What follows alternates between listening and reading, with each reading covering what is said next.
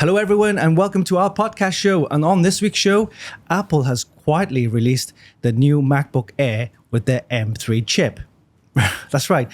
It's described as the world's most powerful and best consumer laptop with AI. And it can increase your productivity up by double digits. AI? Yeah. As far as product goes, launches, there isn't much of a fanfare. And no videos, no live demos, no stream, nothing. Just a press release. So, joining me each and every week is Stephen Fung, our co-host. And what do you think, Stephen? Would you be getting one? AI.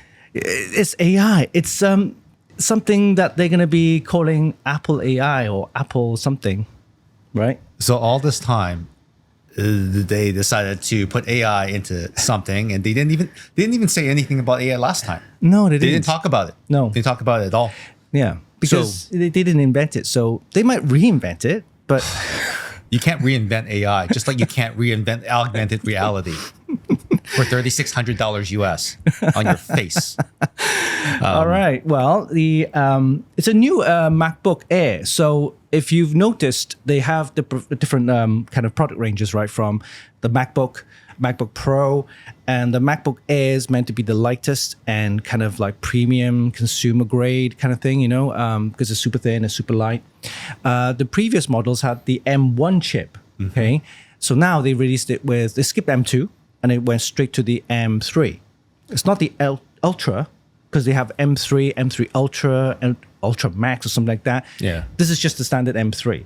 Sounds like a good move, because Right. the M1, for anyone that actually wanted to do anything on it, like maybe, export a whole bunch of photos or render a video, you couldn't do anything else, because the M1 chip would actually be, it's a multitasking chip, but because all these tasks are multi-threaded, all the threads will be devoted to that one task, and it couldn't do it something else. It would throttle? Is that what you're saying? It's not throttling in this case. All right. It is literally all the threads were devoted, and it couldn't assign a new task. Okay. So it it was a wait very- until that task is finished. It's like most people that buy a MacBook Air Yeah. would be doing word processing or browsing the web. Browsing the web. One yeah. single thread on the web Yeah. browser. Yeah. Right? Or another thread. It's the same thread opening up multiple tabs, right? Right, Basically, right? Task switching within the browser, right? If you took a render task, you're asking all the threads to pitch in and take care of the render. All right. You can't open the word processor while it's rendering. And do Some a people different have. task. This is some people have been on about this for quite a while now, where the MacBook Air basically falls down the stairs as soon as you ask it to do something heavy.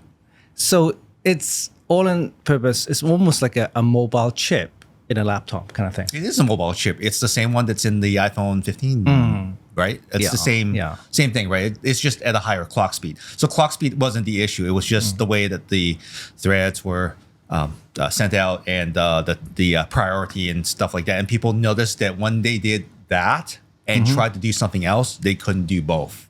Right. So they had to kind of leave the machine alone to finish that task before they could go back to writing their novel in a Starbucks in Seattle. I don't know. But anyhow, the M3 chip, skipping to that, I hope that will alleviate that bottleneck, because I know that a lot of people that wanted to push the MacBook Air have voiced their concerns and found it extremely annoying. Most other people that are like writing their novel, not rendering video, or multiple images in Lightroom or something like that, won't run into that issue. But those power users that were pushing it just a little bit further did notice that issue. And I think that Apple's M3 does address it. I just don't know. Yeah.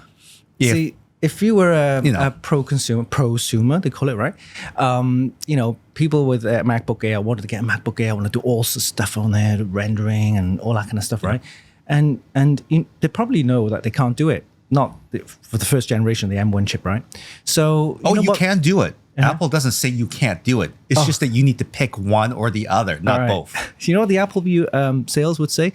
Oh, well, that's not really designed for that. Go for the MacBook Pro. Yeah, you're simply using it wrong. Yeah. You're simply using it wrong. Right. Well, the MacBook Air has two kind of processor types. You can go for the 8-core M3 chip or the 10-core M3 chip. And they both come with 16-core neural engine. That's part of the AI kind of thing, right? Neural engine. Yeah, neural engine.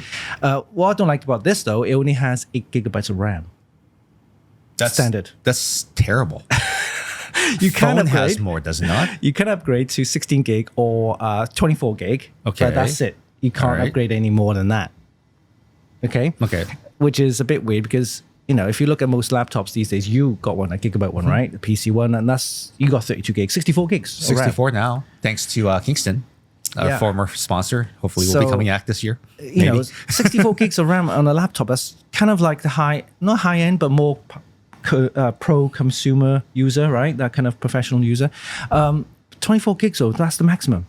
I think 16 gigs needs to be standard these days. It Yeah, doesn't matter 16 what tasks you're using. It's the fact that Chrome will use up everything. Oh, Chrome, yeah, It'll take everything, right? So knowing most consumers, they will have a browser open and there will be 32, I have more. like emotional support tabs open. It doesn't matter that you're using them or not. They just need to be open.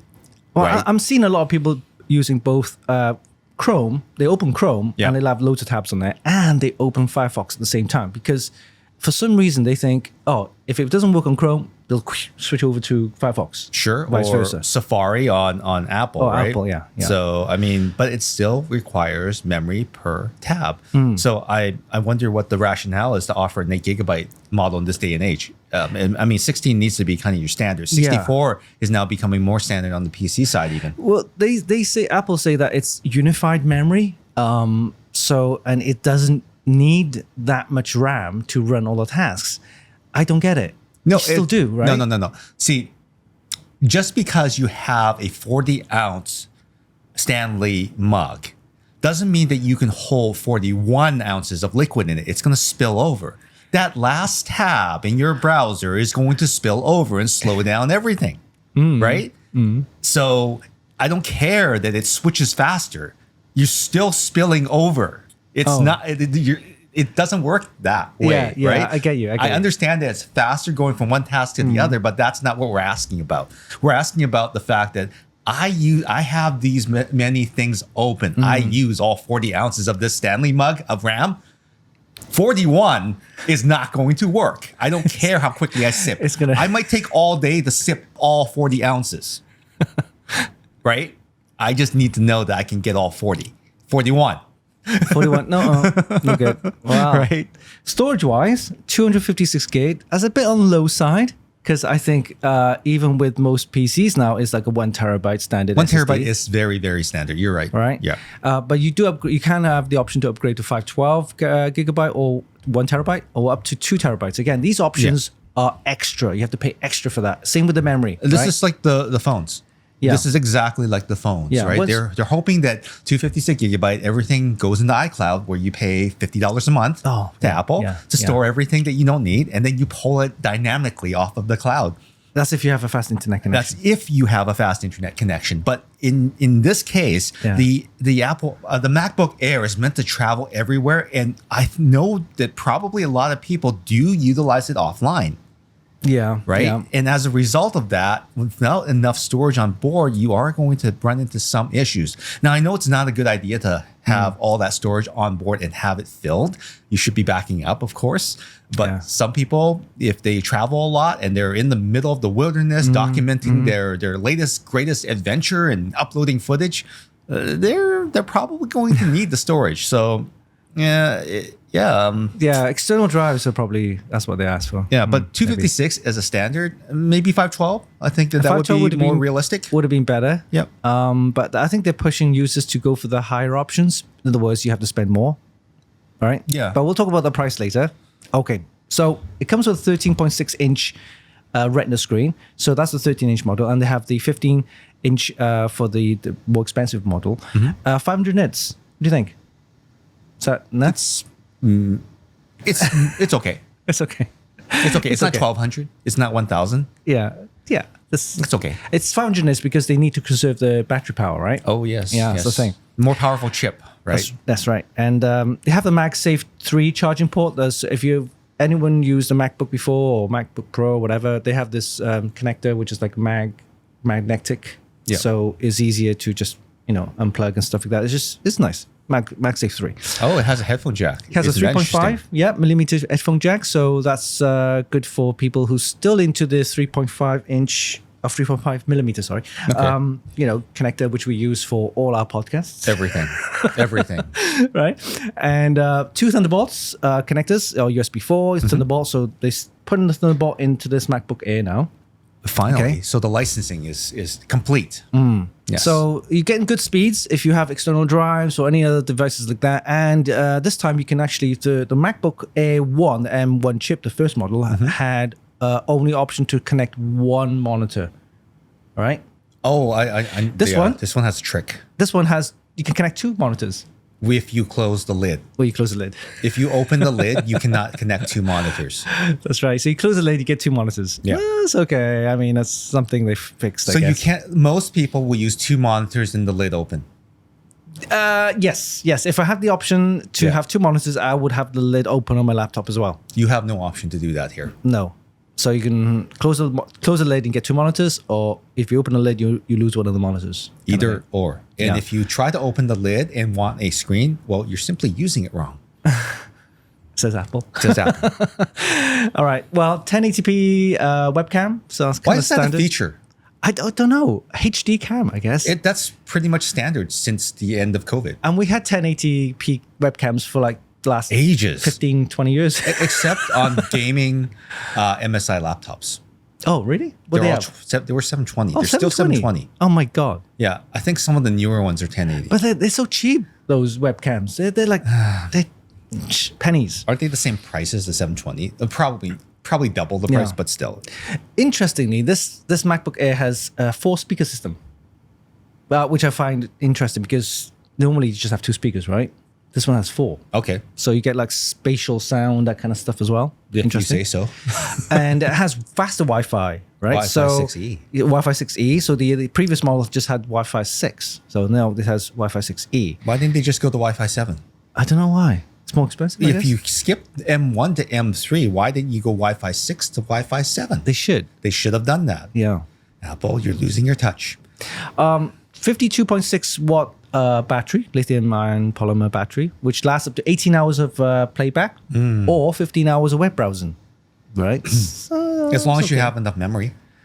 Yeah. Because otherwise, if you have too many tabs, you know what's going to happen. I must admit, though, previous MacBooks I've owned before, when I was working for a company, the battery lasts quite good. So when you close the lid, it goes into like a sleep mode. And I remember closing it and putting it in my drawer one day. And I came back about 3-4 days later and opened it. The battery's still pretty much decent. Yes. One of the things that Apple does have is really good suspend to memory, to disk. All right. That even PC systems simply do not have that capability quite yet. It's been broken for a long time in Windows.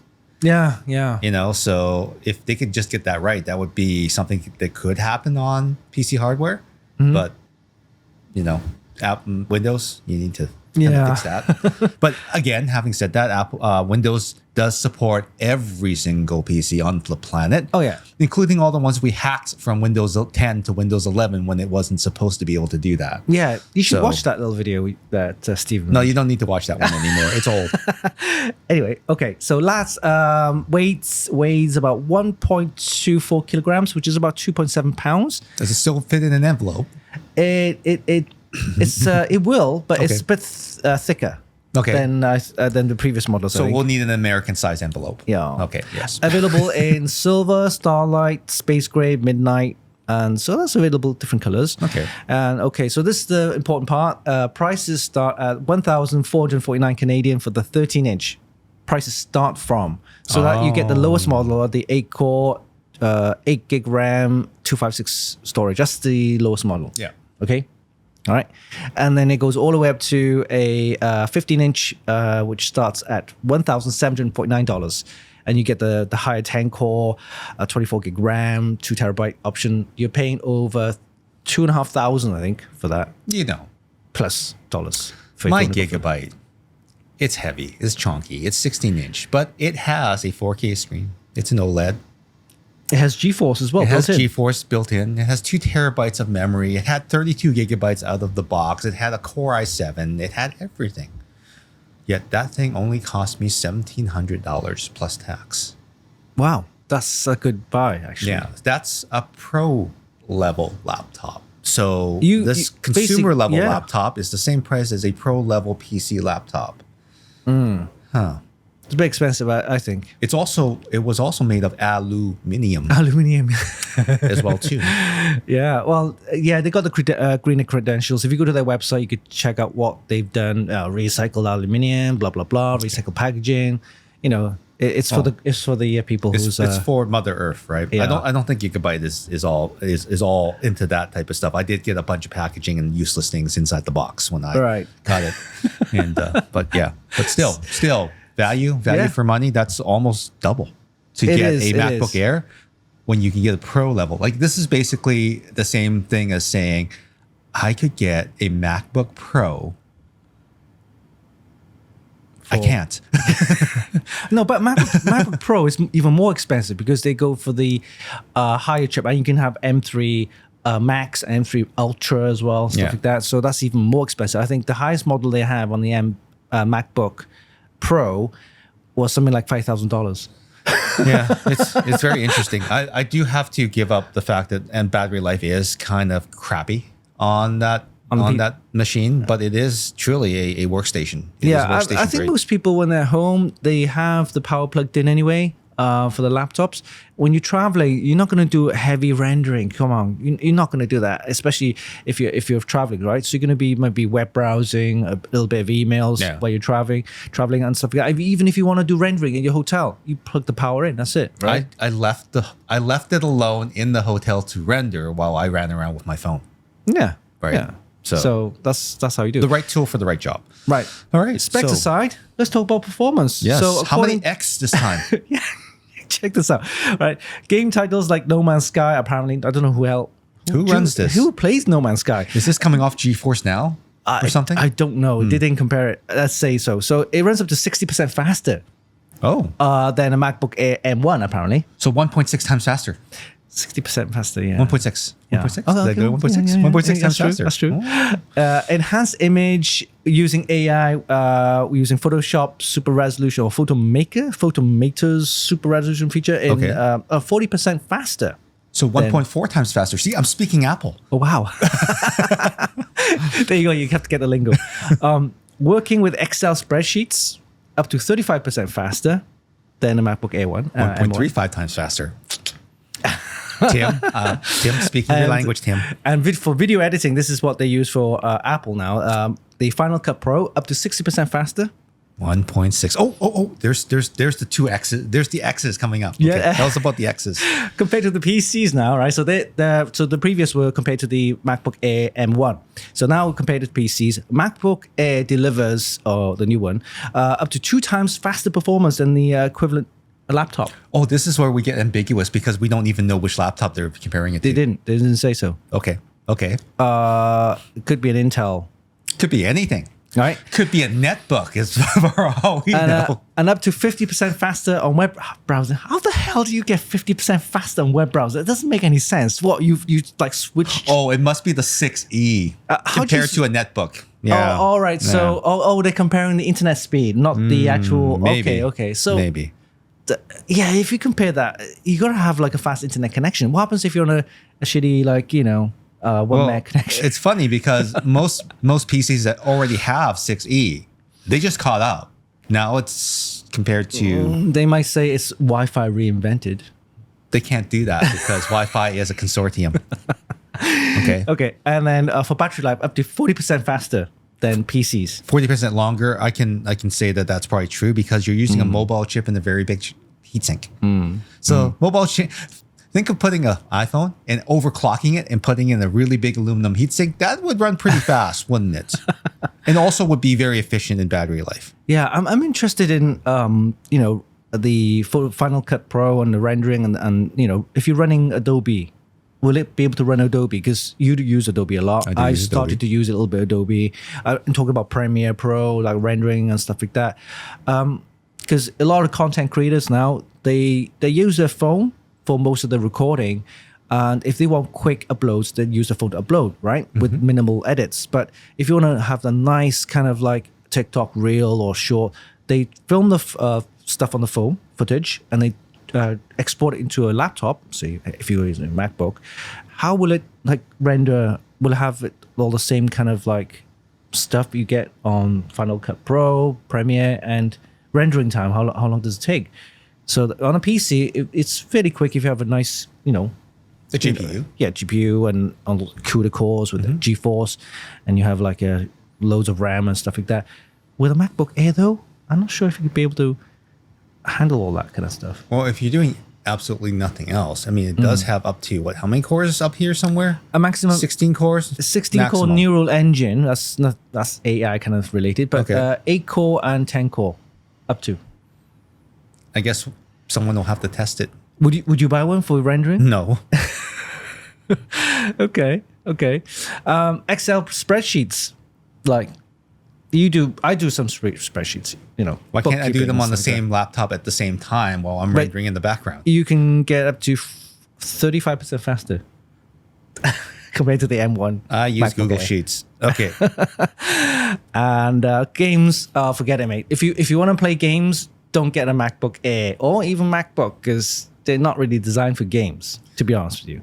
If you want to cloud, maybe Xbox gaming would maybe. I mean, that does work. It does work. Even Amazon. Wait, does Amazon work? Yeah, I think it does. They used to have the Amazon game thing. What's it called? Yeah. They can. Luna. Oh, Luna. Luna should work. Who's Stadia? Stadia was Google. They got rid of it. Okay. Yeah, they switched everyone off somewhere. I don't know where. Because I mean, for people I know who's into laptop gaming, they go for the PC laptops. Well, the one thing is, it's funny. Chromebooks. They have the gaming Chromebooks, which are supercharged versions of Chromebooks. Okay. They run games on the cloud. They work with like Luna, Xbox, and stuff. Like, they're built for that purpose. All right. Is that similar to like what they have for the GeForce Now kind of thing? I think it's GeForce Now is a part. All right. Yeah.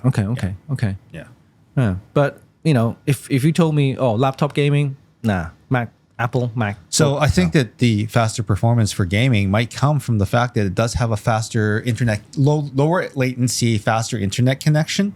I think that's fair. I think it also probably because it has the ability to have more threads open. Maybe it does have multi-threading requirement in the background. Who knows? A GPU, I think that the M3 is pretty strong, and from the respect that it is a mobile GPU. So a lot of these titles are mobile optimized because you can play them on your phone. Oh yeah. Right. So it's basically like optimized phone games on a bigger screen with a keyboard attached to it. Really big heatsink, overclock processor. That makes sense. That tracks. Yeah. And you can do Google. Okay.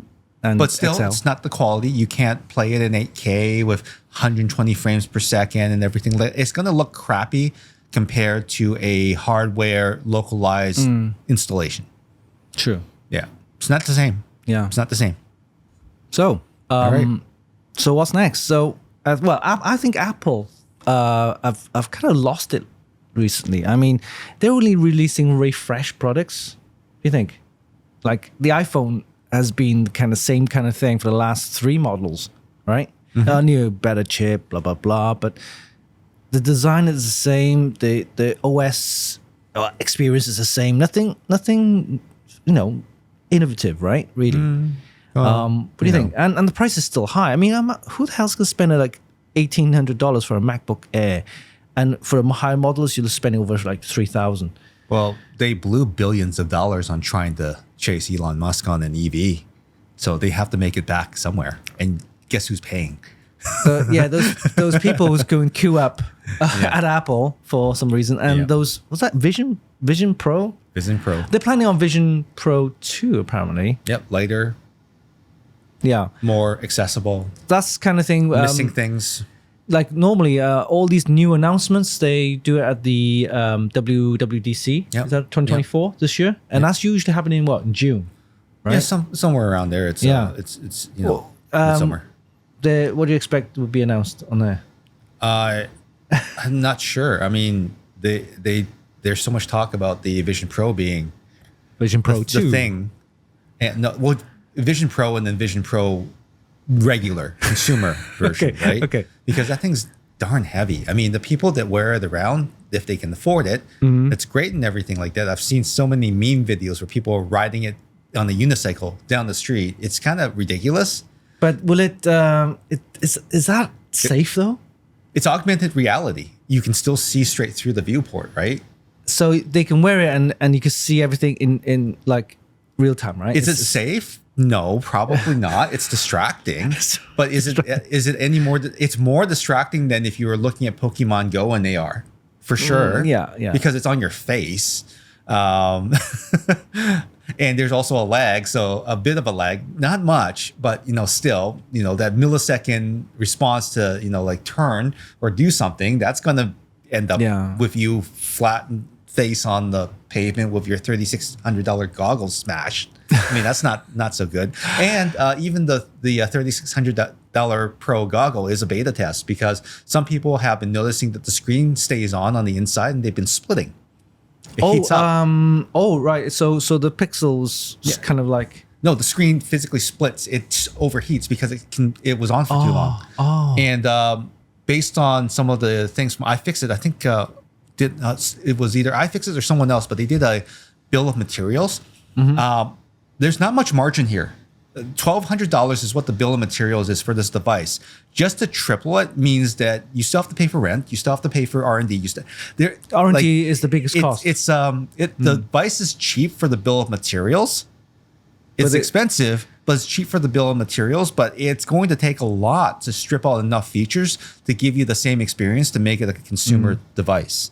It's going to take a while. Yeah, the margin is very tiny for computer products. And for Apple to make this and make a profit, it's going to take lots of time to actually return of that investment. Yeah, like this is a new category of product. This is basically like, it's even more challenging than the iPad because the iPad was just a big phone, if you think about it. Yeah. This is a completely different class of device that has two 4K OLED screens strapped to either eyeball that is pixel perfect enough that you don't realize that you're staring through something. That needs to be like just even the gestures and everything. They just need to be. There's still so much work to do, and even developers are having a hard time jumping on because they're like, okay, what do I do with this? How's this going to help me?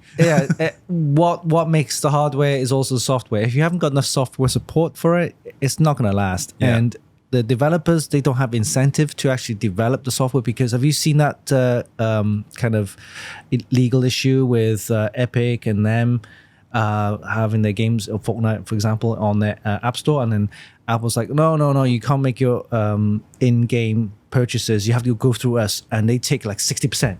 30%. Or 30%, or whatever. something like that. And then they allowed it to happen, but you have to jump through a bunch of hoops. Yeah. So they banned Epic and they took it to court. And then EU says, in US, that's Epic is still not available. But in the EU, they're still looking into this now. I think they made some sort of settlement, but still. Yeah.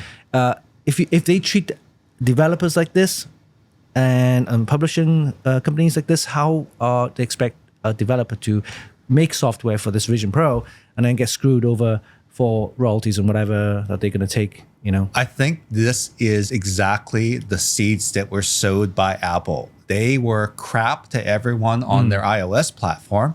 Now they have a Vision OS platform. Who is going to want to develop for this platform that is hostile? And even in the best case, malicious compliance is all Apple can muster out of them because they think that they are the law. Malicious compliance is when you basically do something to comply with the law in such a way that it makes it not even worth the thing that you were fighting for in to begin with. Right, which is what the ability for developers to have a third party to have their own portal that allows payment that bypasses Apple. There are so many steps and checks and everything like that makes it not even worth it. Yeah. So who is going to Vision OS for you, Apple? You're going to have to do it yourself because you've shown that you don't play well with others. I mean, you got to be fair, and all those developers spending like hours and hours developing apps and software for your platform, and they want something back in return, right? I mean, I'm not saying 100% profit goes to the developer, but okay, 15%, 20% is already okay, but you take in like 30 and up to 60%. Yeah. That's just too much. Yeah. Like, look, Apple is opening up another store. iPad and iOS, those apps seem to go together, right? They can be ported easily, but this is a completely different store. So you have the potential to double your revenue by just having another class of device that is completely different than the other ones. Like, I know that some people are porting iPad OS devices to Vision OS, but that's not what Apple wants. And if Apple wants what they want, they're going to have to give more than an inch in this case. They're going to have to show goodwill because of all the bad will from that developer battle. And provide some incentives as well, kind of thing. Like, yeah, we'll give you a headset. I don't care. I have to make stuff for this. Like, what I look like? Like, I like some influencer that doesn't know what I'm doing anymore, that won't ask for money. Like, I can't eat products. Who's going to pay my developers back here to develop for this thing? Come on. Apple has some really interesting things that they think that they can get away with, but, that's what they need to sort out. They got to sort that out. So WWDC 2024, we will see probably Apple AI and the Apple GPT. It didn't say Chat GPT. It says Apple GPT. Okay. All right. So, yeah, language model is the big thing, right? That's kind of thing. So we'll see some Apple AI related stuff. Hopefully, will they call it AI? Will they call it something different? It wouldn't make sense to call it something else. They avoided that word altogether at their last event. They're gonna have to use it. I didn't have to count the number of times they said AI because they didn't. Did they say neural something or neural something? Look, Samsung said it like 30, 40 times. Yeah. Google said it every other sentence. Apple said no. They didn't even use that word. I think they were very, very careful in not using that word at all.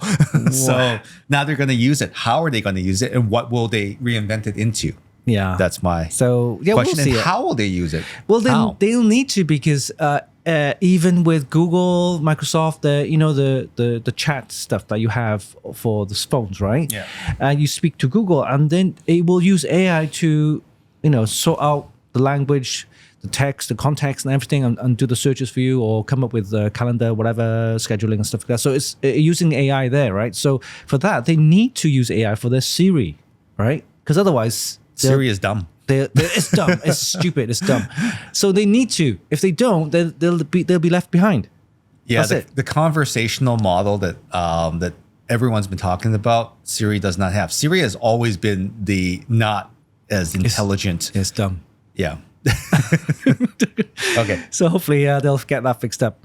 Then we'll have possible refresh of the Mac Studio. So we know the Mac Studio is the cheese grater, the cheese grater, and also the bigger box, the bigger mini box. The mini box, the mini Max box. Yes. Yeah. So they have the M3 chips in there now. Hopefully with the M3 Ultra or whatever. Oh yeah, that's right. They skipped a generation and now they have to refresh it now. So everything will be M3, whatever the heck it is. So the guys who bought the last cheese grater, mad. The Apple angry. Pro, Mac Pro, a $10,000 that's it. mobile phone inside the cheese grater. Okay, you're gonna have to upgrade again. Sorry. So whatever that price is going to be, and we'll have a range of OS updates, OS for the watch, for the phones, for the pads, and of course you mentioned earlier the Vision Pro 2 or whatever. I don't know what that is going to be. I know Vision OS 2. I know that it can't be less than $1,200 because $1,200 is the bill of materials for the current model. So it's right. How? Yeah, they'll have a did they say? Oh, it's not an M chip in there. It's their own Vision Pro. Like it's an R chip or R chip. Reality chip. Oh, reality chip. Yeah. That's it. Reality chip. Reality Pro with a M type chip inside, and then they're gonna have a Reality Pro Max and the Pro Max Ultra. God. A Reality Pro Max Ultra. Yeah, reality distortion field.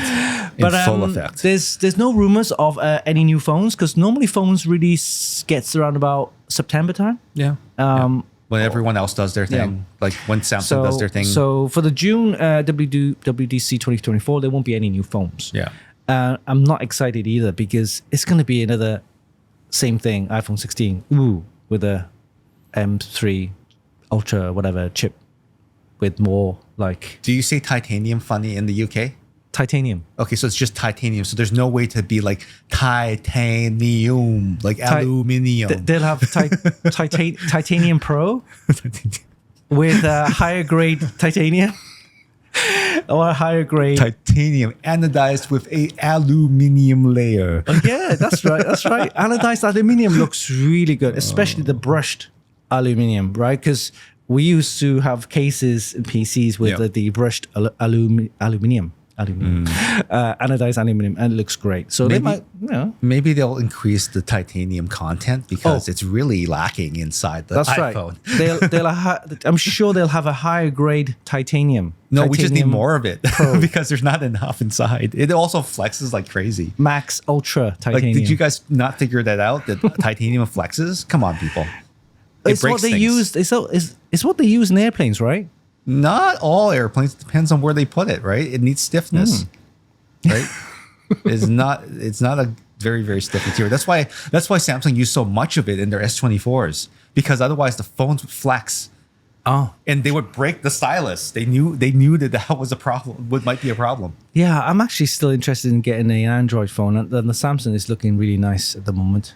I don't know right now. I'm happy with what I have. It does what I want. I still have a 7A that has the best camera phone according to MKBHD of 2023. I still have that. I barely even use it. Hey, come on, Mr. Beast uses the S24. Yeah, but because he's paid to do that. If I was paid to do that, I would use the S24 as well. But sadly I have a Pixel 7a budget, and it has the best stills of any smartphone of 2023, blind tested by MKBHD. Yeah, I think is exciting. I just don't use it enough. I don't know why. I like my flip phone. I like it flippy. Yeah. I like it small. I'm sorry. I'm really getting tired of using my phone. This is the iPhone, by the way, 13, by the way, with all my personal stuff on there. Like, for example, the travel documents, the banking, all that kind of stuff, and crypto, whatever. It's a bit of and I do a lot of filming on this as well. So I want to keep my work separate from my personal stuff, and this is where I find, okay, I need a better camera. I need better, that kind of video footage and stuff like that. And to be honest with you, the iPhone is just not doing it for me anymore. I actually switched off from the Galaxy Watch 5 Pro that I've been wearing. I now have a Garmin. Oh, yeah, you mentioned, yeah. So I wear a Garmin now. So this is agnostic. So it doesn't matter where I go. It's still the same app. So I'm thinking about switching back to my Pixel 7a. But I love this form factor. But the Garmin has software app you can on the phone, right? You can actually pair it and everything. Yeah. Any phone. It's the same experience. It's cloud linked and everything like that. You just need to be able to link it to one device at a time. That's the only thing. So I'm thinking that, hey, you know what? I can leave Samsung now because I don't have the watch, but I would miss features like being able to take pictures with my Watch 5 Pro. Oh. Because you do that. You do the remote control thing, right? I do the remote control, and I use it quite often. So the Garmin's fantastic as a running watch, but I might miss that. But still. So for example, if you're out and about and you want to do some filming, photos, which one do you use? Camera, phone. I always have the best camera is the one you have with me, and I always have my flip. I never have my 7A unless there's a specific reason for me to be bringing it with me, like if I travel. Right, as a spare, because just in case this meets its end on a really hard surface, like the hardest sidewalks on the planet in Taiwan, on a hot day as you're stumbling around in the morning at 3 a.m. Yeah, this might not cut it. I might need a 7A as a backup. Oh, okay. So I think that's basically it. Yeah, I don't think there's anything else to talk about the Air. The Air, yeah. So I mean, as a MacBook Air, as a super lightweight kind of pro consumer, if you're in that ecosystem, it's not bad. It's a decent upgrade from the original MacBook Air M1. You now have the M3 chip in there. And price-wise, still sucky. I don't like the price. It's just too high. And the spec-wise for the lowest model, also very sucky. It's too low spec. If you want a decent spec, you're going to have to go for the 8-core 16 gig minimum, right? And with 512 gigabyte storage. And that's going to cost you $1,800 to just under $2,000 for that. Yeah. So, having said that, if you have an Intel MacBook Air, this is going to be the best upgrade that you make. Oh, yeah. Heck, even if you went to the refurbished store, the refurbished Apple store, and just bought an M1 version of it, that would be a great upgrade because they'll be very cheap right now if you can get one, because they tend to make them very scarce. Yeah. So when these new, that's the thing I hate about Apple is that as soon as they release a new product, all the previous models, the last year's model, you're not able to get them anymore. No. At all. I'm thinking, why? Because when the 13 Pro came out, or 13, iPhone 13, I wanted to get a 12 because I knew the 13 came out, so the 12 must be cheaper. So I went to the Apple store, didn't have any. Yep. They don't make them anymore. Yeah. It's not on our catalog anymore. So you go to the all the providers and they sell phones separately, individual phones if they wanted on its own, and they said they couldn't get hold of it.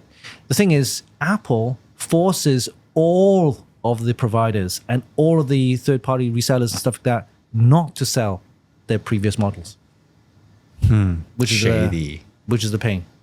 So you're only forced, or only option is to go for the current model, which you just quietly released, and that's Isn't that something?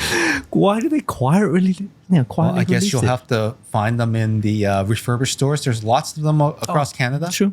You know, like I think Orchard is still around. They sell only Apple devices secondhand. You can also go to Mobile Clinic. They also sell refurbished phones as well too.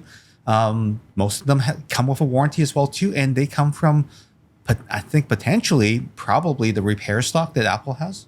Yeah. So they must keep hold of previous models, because if you buy an Apple Care insurance, whatever, they force you to buy, or not force, they encourage you to buy it. So they tell these horror stories. Oh yeah, if you smash your phone and it's like $300-400 just to fix your screen and blah blah blah and stuff like that, and then if you're not covered and so on, they can't repair it. They can't repair it. That's it. And this is something that they always say, they can't repair it. See, so you're out of a phone. It's not repairable. It's not repairable. I think, what the hell? But if you buy the Apple Care insurance, all of a sudden, magically, we don't have to repair it. We'll just get you a replacement.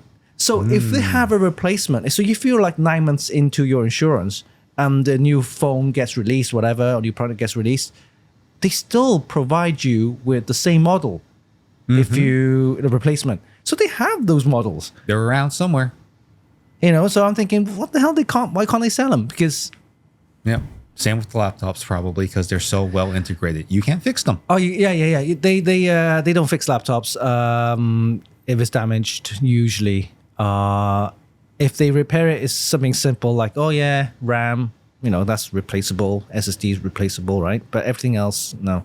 They just replace it. Replaceable on a Mac? No. You can't do that. Oh, no. Wait there. RAM, you can't. No. SSDs, you can't either. That's all. No, it's all soldered on board. Yeah, on the board. Yeah, that's right. Yeah, if you have definitely. If you have a MacBook, that is. Yeah, that's not possible. So you have to buy the higher model. Yep. And that's lots of money. Okay. So if you buy the older model, lower spec model, you're screwed if you want to upgrade, because you can't. Nope. So you have to buy in advance of what you think you might need to do it. Need it for, right? Yeah. So. Oh well. Okay. Well, I think that's all there is to it. MacBook Air in a nutshell. That's the right. end. That's right. So that's all we have, my friends. And this is how you quietly launch a refreshed product by Apple, and describing as the world's best consumer laptop with AI. Okay. Opinion. Please leave a comment down below, and don't forget to subscribe to our channel.